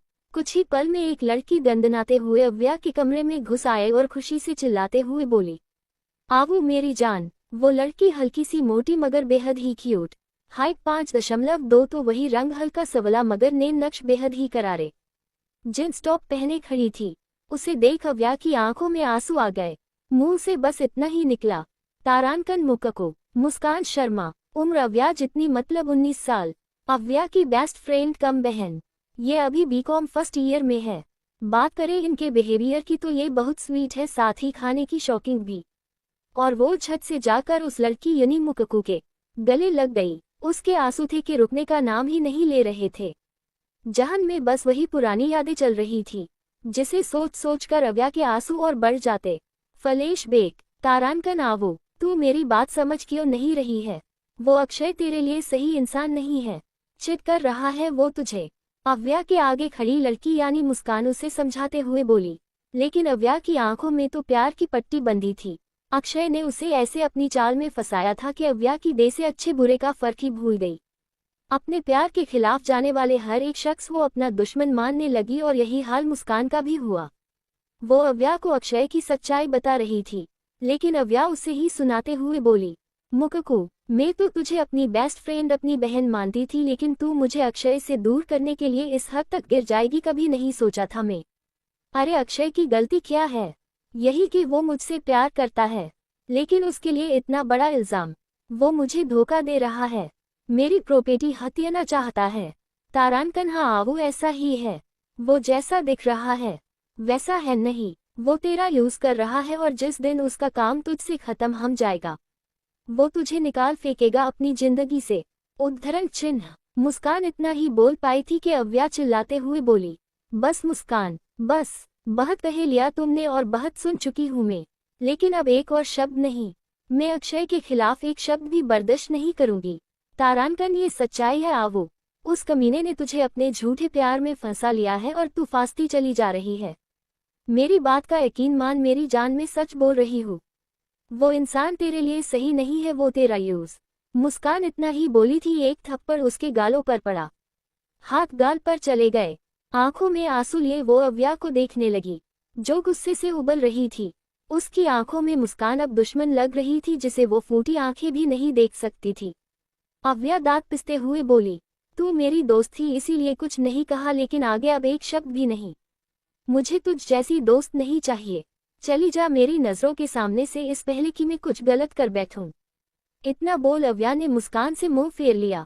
मुस्कान की आंखों से आंसू झरझर गिरने लगे, पर फिर खुद संभालते हुए बोली, तू मुझे सहेली नहीं मानती ना सही, लेकिन मैं तुझे अपनी बहन मानती, जान मानती, और अपनी जान की हिफाजत में अपनी जान से भी ज्यादा करूंगी। इतना बोल मुस्कान रोते हुए चली गई। वही अव्या भी रो पड़ी। मुस्कान चली गई। उसने अक्षय का असली रूप देख लिया था और वही समझाने के लिए अव्या के आस आई थी, लेकिन अव्या ने उस पर यकीन नहीं किया। अब मुस्कान अक्षय के बारे में सब जानती थी, जो अक्षय के लिए बड़ा खतरा साबित हो सकता था। इसीलिए उसने मुस्कान को अपने रास्ते से हटाने का प्लान बनाया। जिस दिन मुस्कान अव्या से मिलकर अपने घर की ओर बढ़ रही थी, उसी रास्ते में उसे एक्सीडेंट हो गया, जिसमें मुस्कान हमेशा के लिए सो गई। Flashback and present. उन पलों को याद कर अव्या सिसक उठी। मुस्कान उसे खुद से अलग कर बोली, ओए, इतना क्यों रो रही है? लखनऊ ही गई थी, अपने ससुराल नहीं। अव्या मासूम सी शक्ल बनाते हुए बोली, मेरा तो ठीक है, लेकिन तू क्यों गंगा जमुना बहा रही है? मुस्कान अपने आंसू साफ करते हुए बोली, कुछ नहीं यार, बस इतने दिन बाद तुझे देखा है ना, इसीलिए ये बेह निकले। यार इन दिनों तुझे बहुत मिस किया, वो ये आगे भी बहुत मिस करूँगी। तारांकन, उसकी अब जरूरत नहीं है। मैं अब दिल्ली में ही रहेंगी, मोम डैड और तेरे साथ।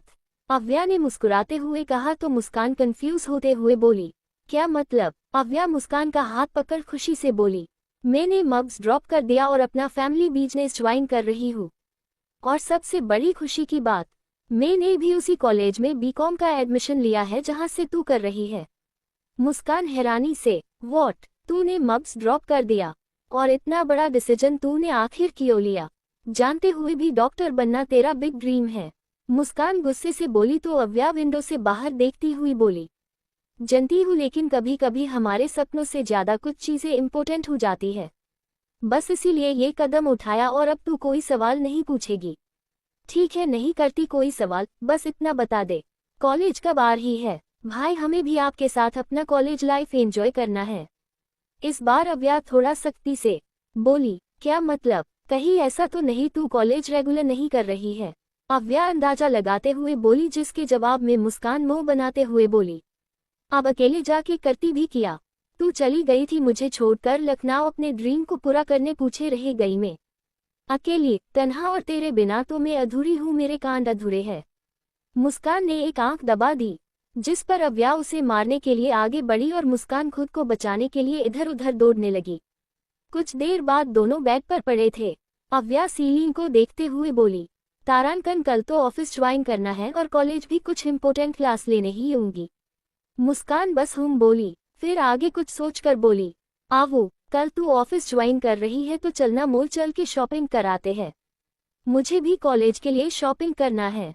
अव्या कुछ नहीं बोली तो मुस्कान जिद करते हुए, यार चलना, मेरी राम प्यारी भी तेरा वेट कर रही है, हर दिन मुझसे शिकायत करती रहती है। आवू, कब आएगी, कब आएगी? चलना। अव्या मुस्कान की शक्ल देख हंस पड़ी। उसके सिर पर टिपली मारते हुए बोली, चल ठीक है, मैं रेडी हूँ, करती हूँ। जोर जोर, कहाँ जा रही है आप दोनों?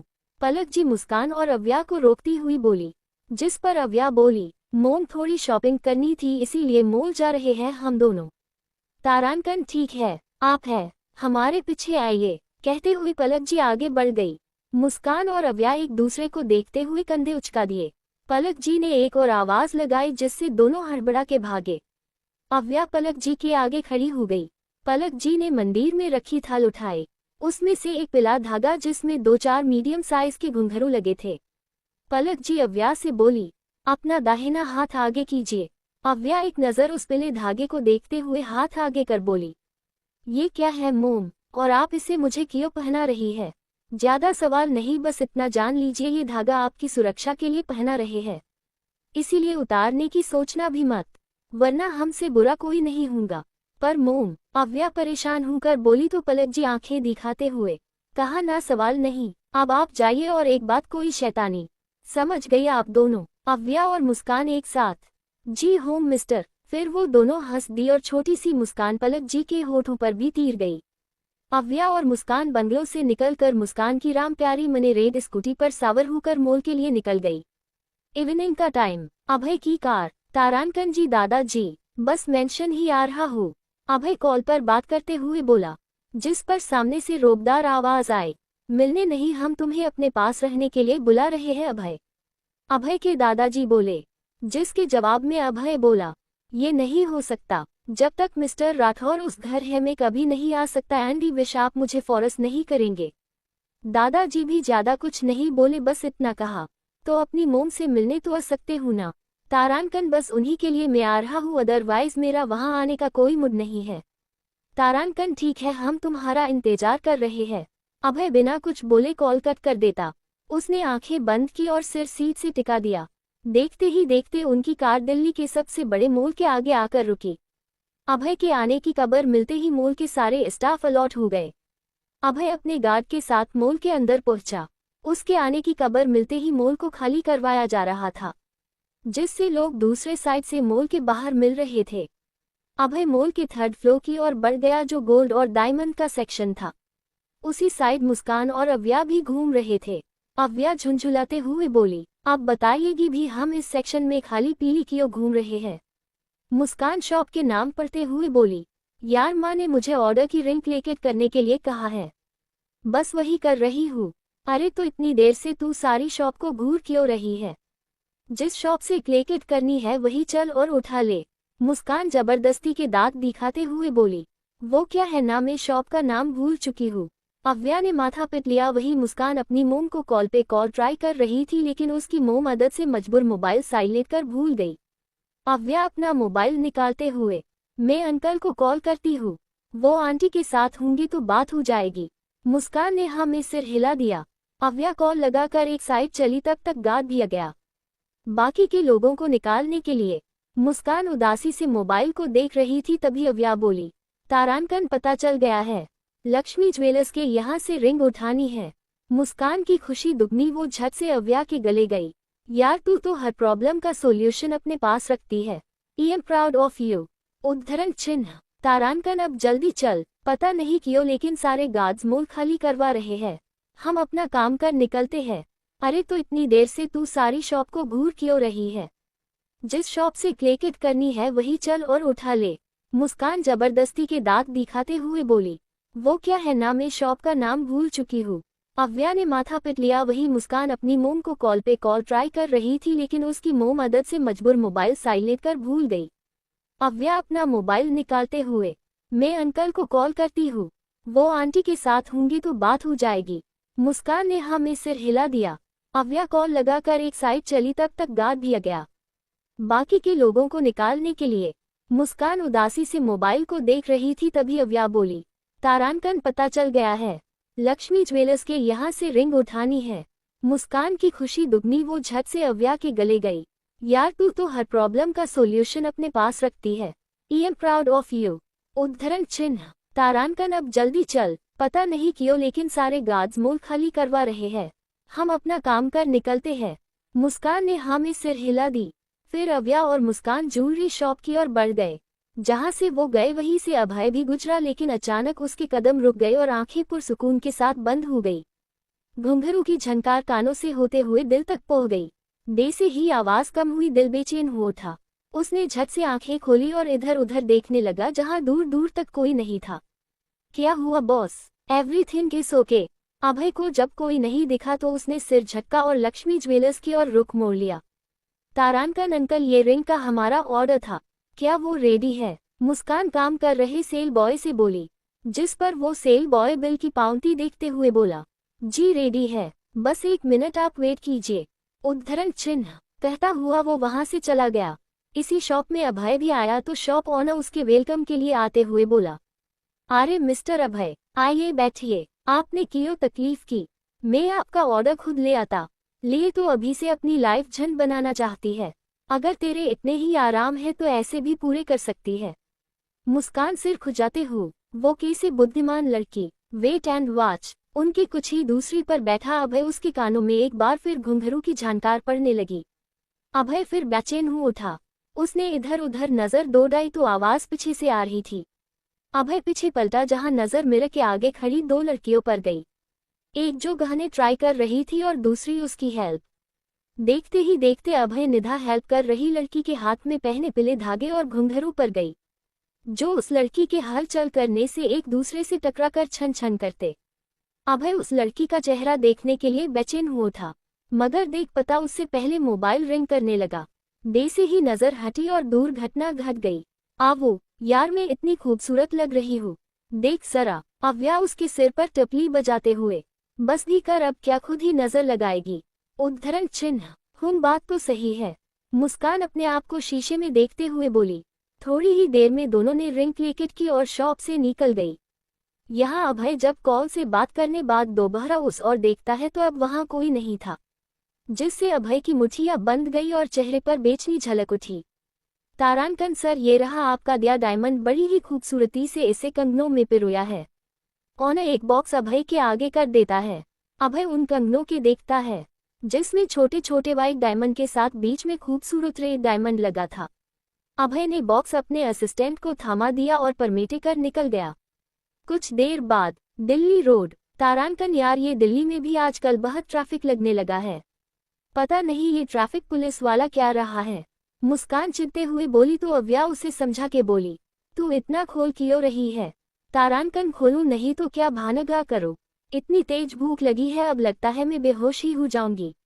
अव्या हंसते हुए बोली, अभी अभी तो तूने सैंडविच और आइसक्रीम खाई थी। मुस्कान मुंह बनाते हुए, उतने में क्या होता है, और तू जानती है मुझे थोड़ी थोड़ी देर में भूख लगती है।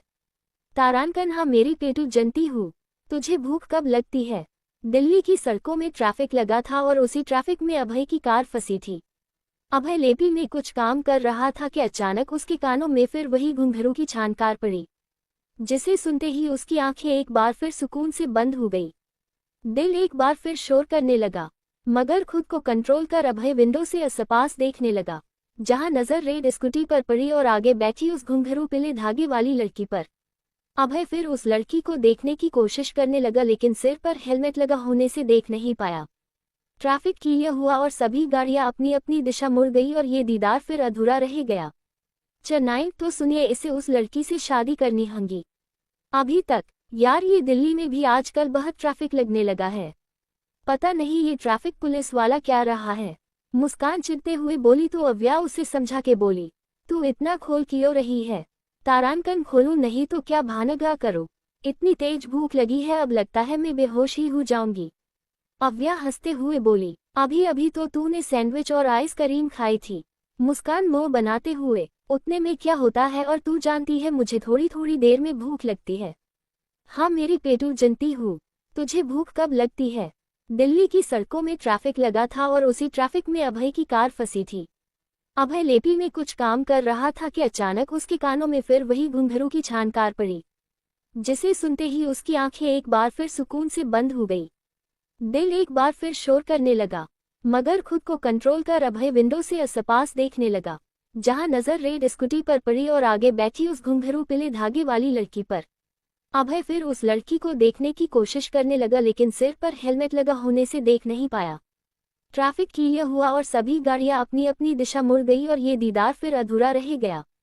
अब आगे, राठौर मैंशन। दिल्ली के मशहूर घराने राठौर फैमिली का आशीना। जमीन के बड़े अहाते बना ये 4 मंजिला इमारत सच में बेहद ही खूबसूरत और लाजवाब है।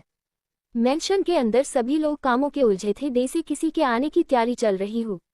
तभी मैंशन के आगे 4 से 50 गाड़ियां एंटर हुई, जिसके आने की खबर मैंशन वालों को हो गई। गाड़ियों से गार्ड निकले और तीतर बीतर हो गए। बटलर ने एक कार का डोर ओपन किया, जिससे अभय अपने कोट को सही करता हुआ बाहर निकला और सीधा घर के दरवाजे की ओर बढ़ गया। गेट के पास कुछ लोग खड़े थे, जैसे अभय के स्वागत के लिए ही खड़े हो। जिम में से एक औरत हाथों में आरती की थाल लिए अभय के पास आई। अभय उन्हें रोकते हुए बोला, तारांकन मोम, आप जानती है मुझे ये सब बिल्कुल नहीं पसंद। नहीं जानते हैं, लेकिन हमारे बेटे इतनी बड़ी जीत के बाद घर रहे हैं, स्वागत तो हम करेंगे, जिसमें आप भी हमें नहीं रोक सकते। अभय कुछ नहीं बोला। उस औरत ने आरती की। अभय ने उनके पैर छू लिए और फिर अपने दादाजी के पास आकर उनके भी पैर छूकर आशीर्वाद ले लिया। अंदर आकर अभय लिविंग एरिया में बैठ गया। सब वहां आकर बैठ गए। तारांकन, congratulations Abhay for achieving such great success. एक लड़का अभय के गले लगते हुए खुशी से बोला, जिस पर अभय भी हल्का सा मुस्कुराते हुए उस लड़के से बोला, थैंक यू भाई, अरे अरे मैं भी हूँ यहाँ।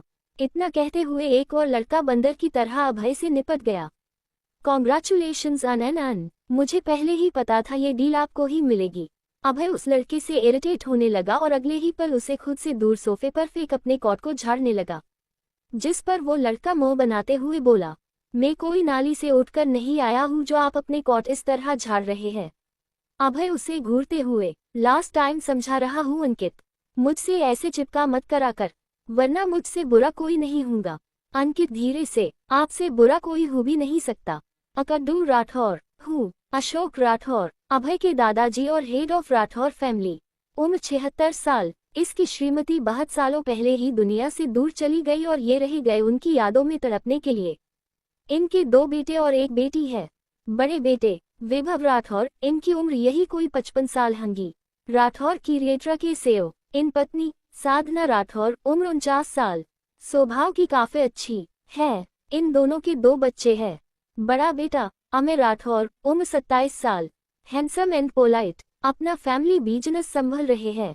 दूसरा बेटा खुद अभय राठौर, जिसके बारे में आप सब जान चुके हैं, इसीलिए आगे बढ़ते हैं।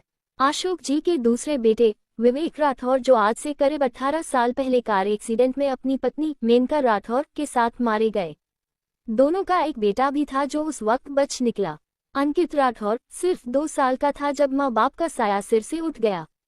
जब वैभव जी और साधना जी ने इसे अपने बेटे के रूप ले लिया और तब से अंकित उन्हें ही अपने पेरेंट्स मानने लगा।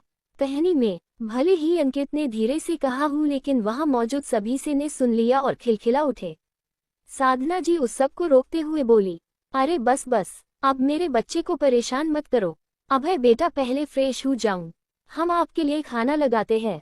अमय अपना ऑफिस बैग उठाते हुए बोला, ठीक है एवरीवन, अब हम ऑफिस के लिए निकलते हैं, पहले ही लेट हो चुके हैं। भैया, अमय दादाजी के पैर छूकर फिर अभय के गले लगकर मेंशन से चला गया। अभय भी अपने कमरे में आकर फ्रेश होने चला गया। कुछ देर बाद वो सब खाने की टेबल पर बैठे थे। सब मौजूद थे सिवाय वैभव जी और अमय के। साधना जी अभय को खान देने को हुई उससे पहले ही अभय अपने पॉकेट से वही कंगन का बॉक्स निकाल साधना जी के हाथों में रखते हुए बोला, मोम ये आपके लिए। साधना जी ने बॉक्स खोलकर देखा तो उस बेहद ही खूबसूरत हीरे के कंगन थे। पास से अंकित भी उस बॉक्स में झांकते हुए बोला, भाई ये तो वही डायमंड है ना जो आपने लंदन में हो रहे एग्जीबिशन से खरीदा था। उद्धरण चिन्ह। अभय ने बस हाँ में सिर हिला दिया। वही साधना जी मुस्कुराते हुए उन कंगन को देख रही थी। तभी दादा ही बोले, साधना बेटा, कंगन पहनकर तो दिखाऊं, ऐसे लेकर क्यों खड़ी हूँ। साधना जी मुस्कुराते हुए बोली, कुछ नहीं पापा, बस यही कि ये कंगन मेरे अभय की होने वाली वाइफ पर कैसे लगेंगे। ये सुन अंकित मुंह दबाए हंस दिया तो वही अभय साधना जी के हाथों से कंगन लेते हुए उन्हें पहनाता हुआ बोला, ये सिर्फ आपके लिए है इसीलिए आप ही पहनिए। कोई कुछ नहीं बोला और फिर खाना खाने बैठ गए। अंकित खाते हुए कुछ याद करता हुआ बोला, भाई क्या मैं आपकी कंपनी ज्वाइन कर सकता हूँ। अभय बिना उसकी ओर देखे कि यो मिस्टर राठौर ने तुझे भी निकाल दिया।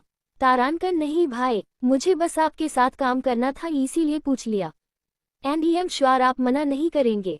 अभय बिना किसी भाव के अंकित की ओर देखते हुए बोला, तारांकन मेरे साथ काम करने लिए सिफारिश की नहीं टैलेंट की जरूरत होती है। अंकित मुस्कुराते हुए, फिर तो आप बेफिक्र रहिए क्योंकि मेरे अंदर टैलेंट कूट कूट के भरा है। अभय भी नॉर्मली बोला, ठीक है फिर इंटरव्यू के लिए रेडी रहना जो मैं खुद लूंगा। ओके। अभय इंटरव्यू लेंगा ये सुन अंकित बुरा सा मुंह बनाते हुए बोला, ये इंटरव्यू लेंगे मतलब सारा आत्मविश्वास गया तेल लेने। तारांकन खुद से बातें करना बंद करो और मुझे कोसना भी। उद्धरण चिन्ह। अभय बिना अंकित की ओर देखे बोला तो अंकित चुपचाप खाना खाने लगा। साधना जी अपने दोनों बच्चों को यूं लड़ता देख हुले से मुस्कुरा दी और कुछ यही हाल दादाजी का भी था। सब खाना खा रहे थे कि तभी वैभव जी किसी से कॉल पर बातें करते हुए मेंशन के अंदर आ गए। उन्होंने एक नज़र डाइनिंग टेबल पर बैठे अभय पर डाली जो चुपचाप खान खा रहा था। वैभव जी अपने कमरे की ओर निकल गए। यहाँ अभय खाना खत्म कर उठा और साधना जी और देखते हुए बोला, मोम अब मैं पैलेस वापस जा रहा हूँ। ये सुन साधना जी उसे रोकते हुए बोली, पर अभी तो तुम आए हो और इतनी जल्दी जा रहे हो। रुक जाऊं बेटा, अभय फीका सा मुस्कुराते हुए, मैं यहाँ रहा तो जरूर कुछ ऐसा होगा जो ना आपको पसंद आएगा और ना आपके पति को। सो बेटर है मुझे निकलना चाहिए। इतना बोल अभय बिना कुछ बोले मेंशन से चला गया। उसके जाने के बाद वैभव जी डाइनिंग एरिया में आए और बिना किसी से अभय के बारे में पूछते हुए दादाजी से बोले, पापा 2 दिन बाद प्रिया की बर्थडे पार्टी है और राजेंद्र भाई साहब ने पूरी फैमिली को इनवाइट किया है। दादाजी पानी पीते हुए, ठीक है हम सब चलेंगे, आखिर प्रिया राठौर परिवार की होने वाली बहू है। जिंदल हाउस, लिविंग एरिया, तारांकन डेड हम कल से ऑफिस ज्वाइन कर रहे हैं। अव्या अमीनाथ जी से बोली। अमीनाश जी मुस्कुराते हुए हाँ में सिर हिला देते हैं। अव्या उठकर अपने कमरे में आ गई और स्टडी टेबल पर सभी फाइल की स्टडी करने लगी। पढ़ते पढ़ते उसे रात के 1 बज गए। अव्या ने फाइल बंद की और सिर चीर से टिकाकर आंखें बंद कर ली।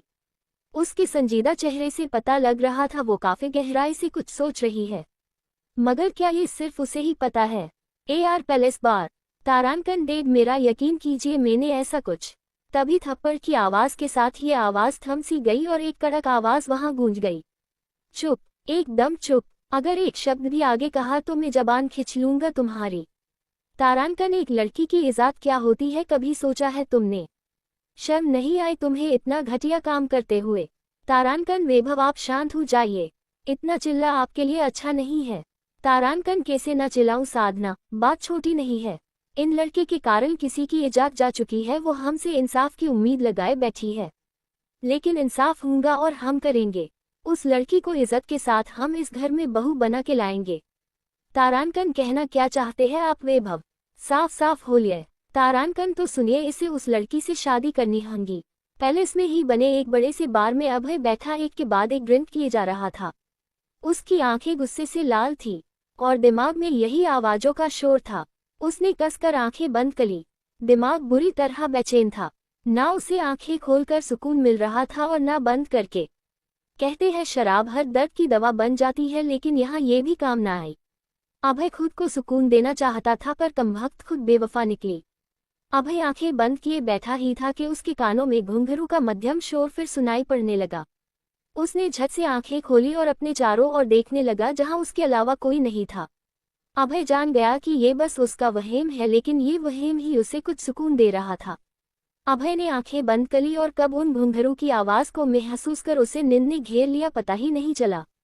अगली सुबह दीवान ग्रुप ऑफ इंडस्ट्री, तारांकन सर, लिटिल गर्ल ने सभी HOD एंड मैनेजर्स को मीटिंग रूम में बुलाया है। आशीष जी अमीनाश जी से बोले तो वही अमीनाश जी अपने केबिन की ओर बनते हुए बोले, सिर्फ उन्हें ही नहीं आपको भी बुलाया है, आप जाइए कहीं आप मीटिंग के लिए लेट ना हो जाए।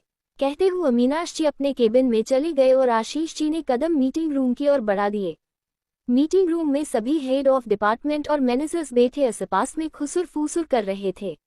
एक आदमी थोड़ा झुंझुलाते हुए बोला, यार कब से बुलाकर बैठा रखा है, लेकिन अभी तक खुद होस्ट ही गायब है।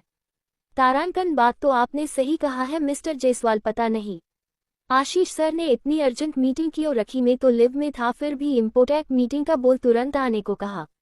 ये लोग इसी तरह से बातें कर रहे थे कि तभी आशीष जी अंदर आए। उनके अंदर आते ही सभी ने सवालों की बौछार कर दी। आशीष जी उन सभी को शांत रहने का कह रहे थे, मगर कोई सुनने को तैयार नहीं था। तभी किसी की शांत मगर उतनी दमदार आवाज आई, तारांकन, सभी के सवालों के जवाब मिस्टर आशीष नहीं हम देंगे। इस आवाज को सुन सभी की नजर डोर से आ रही अव्या पर गई। Navy blue formal shirt with brown pant, shirt के सीली वेल्बो तक फोल्ड थे, ऊपर से शर्ट की एक बटन खुली थी।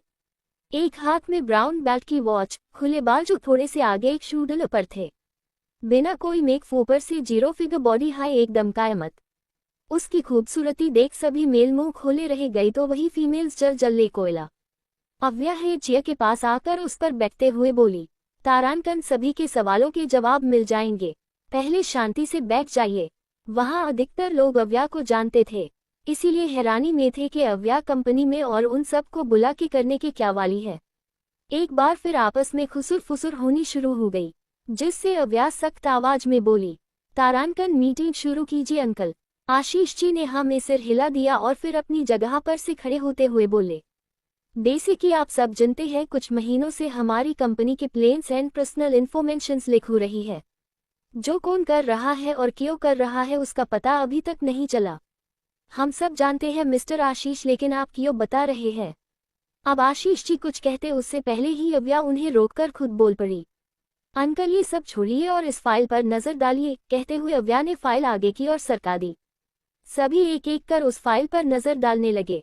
अव्या अपनी जगह से उठी और चिया के आसपास घूमती हुई बोली, मिस अवनी, जहां तक हम जानते हैं मिस्टर भत्रा हमारी अकाउंटिंग संभालते हैं ना? बिजनेस में कहाँ लॉस हो रहा है और कहाँ profit? Am right? Avya Avani की ओर देखने लगी जो अमीनाश जी की सेक्रेटरी है। वो हाँ में सिर हिला देती है तो अव्या मिस्टर भत्रा की ओर देखते हुए आगे बोली, तारांकन सो मिस्टर भत्रा, हमारे पास पिछले 6 महीने का रिकॉर्ड है, जिसके अकॉर्डिंग हमें पहले 1 महीने में ज्यादा नहीं पर 50 लाख का नुकसान हुआ था। उद्धरण चिन्ह। तभी मिस्टर भत्रा उसे बीच में टोकते हुए बोले, 1 minute ma'am, let me correct it. जहां 50 लाख का लॉस हुआ तो वही कंपनी को इसके 10 गुना रिफंड भी मिला था। अव्या मुस्कुराते हुए अपने दोनों हाथ टेबल पर टिकाकर बोली, ठीक है आपकी बात मान ली, बट हर बीते महीने में ये लॉस डबल क्यों हो रहा है? क्योंकि जहां तक हम जानते हैं मार्केट में हमारे हर एक प्रोडक्ट की काफी डिमांड है, तो लॉस होने का सवाल ही नहीं उठता। अब आगे। Diwan group of industry meeting room. Mister Bhatra कुछ कहते उससे पहले ही अवनी बोल पड़ी, वो मेम। अव्या गुस्से से अवनी की ओर देखते हुए, आप मिस्टर भत्रा है? अवनी ना में सिर हिला देती है, जिस पर अव्या कड़क आवाज में, तो जिससे सवाल किया जा रहा है उसे ही बोलने का मौका दीजिए। अव्या फिर मिस्टर भत्रा से, तो मिस्टर भत्रा बोलिए, हम सब सुन रहे हैं। मिस्टर भत्रा ने बोलना शुरू किया, मेम, मार्केट में हमारे प्रोडक्ट की डिमांड है, I know doubt, but loss हमें क्यों हो रहा है इसका सबसे बड़ा रीजन प्रोडक्ट बाबने में यूज होने वाले मरीन समझी, जिसकी हार्ड क्वालिटी एंड बहती मार्केट में महंगा होने का कारण हमें उतना प्रॉफिट होता जरूर है, लेकिन न्यू प्रोडक्ट बनाने में उससे कई ज्यादा इन्वेस्ट लग जाता है, यही प्रॉब्लम है इतने लॉस की। उद्धरण चिन्ह। अव्या हाँ में सिर हिलाते हुए, ये बात है। अच्छा मिस्टर भत्रा, कुछ दिन पहले दिल्ली के विप एरिया में आपने बंगलो लिया है और कुछ महीनों पहले शहर से दूर प्रॉपर्टी। अव्या ये इस सवाल पर सभी कंफ्यूजन में एक दूसरे को देखने लगे। आशीष जी भी हैरानी से खुद में बड़बड़ गए, ये लिटिल गर्ल कैसे सवाल कर रही है? आपने जवाब नहीं दिया मिस्टर भत्रा।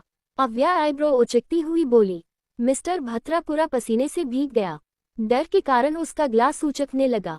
फिर भी वो लड़खड़ाती जबान से बोला, आप मुझ पर शक कर रही है, ये जानते हुए भी मैं इस कंपनी में इतने सालों से काम कर रहा हूँ। मिस्टर अमीनाश मुझ पर कितना भरोसा करते हैं। नहीं, मैं अब और यहाँ नहीं रुक सकता, तारांकन जा रहा हूँ मैं, और बेइज्जती करवाने का शौक नहीं है मुझ में। कहते हुए वो निकलने को हुआ मगर गार्ड ने उसे रोक दिया। अव्या के एक इशारे पर कमरे की लाइट डिम हो गई और प्रोजेक्टर ऑन हुआ, जिससे सभी की नज़र प्रोजेक्टर पर चल रहे मिस्टर भत्रा के बेईमानी पर चला गया। उन्होंने में कितना पैसा कंपनी से उड़ाया, कितने ऐसे काम किए जिससे उन्हें फिर फायदा हुआ और कंपनी को नुकसान। आशीष जी भी मिस्टर भत्रा की ओर गुस्से से घूरने लगी। आखिर जिस इंसान को वो ईमानदार समझ रहे थे वो इतना बड़ा चोर निकला। बाकी सबका भी यही हाल था। अव्या भत्रा से, तारांकन मिस्टर भत्रा, वेरी बैड, आपको ऐसा नहीं करना चाहिए था। अब आप बोलिए आपके साथ क्या किया जाए? प्लीज मैम, मुझे माफ कर दीजिए, मैं अब ऐसा नहीं करूंगा, प्लीज वन मोर चांस। अव्या अपनी चेयर पर बैठते हुए, आपने हमारे धोखा किया है मिस्टर भत्रा, सजा तो मिलकर रहेगी। 3 डेज है आपके पास सारे पैसे प्लस इंटरेस्ट चुकाने के लिए। चौथे दिन आप सौदे जेल में मिले धोखाधड़ी के जुर्म। Now get loss. Ma'am please मेरी। गार्ड भत्रा को उठा कर ले गए और वो बस चिल्ता ही रह गया। उसके जाने के बाद मीटिंग रूम में एकदम शांति फैल गई। अव्या कुछ कहती उससे पहले ही मीटिंग रूम में 2 पुलिस ऑफिसर इंटर हुए, जिन्हें देख एक बार फिर सभी के पसीने छूट गए।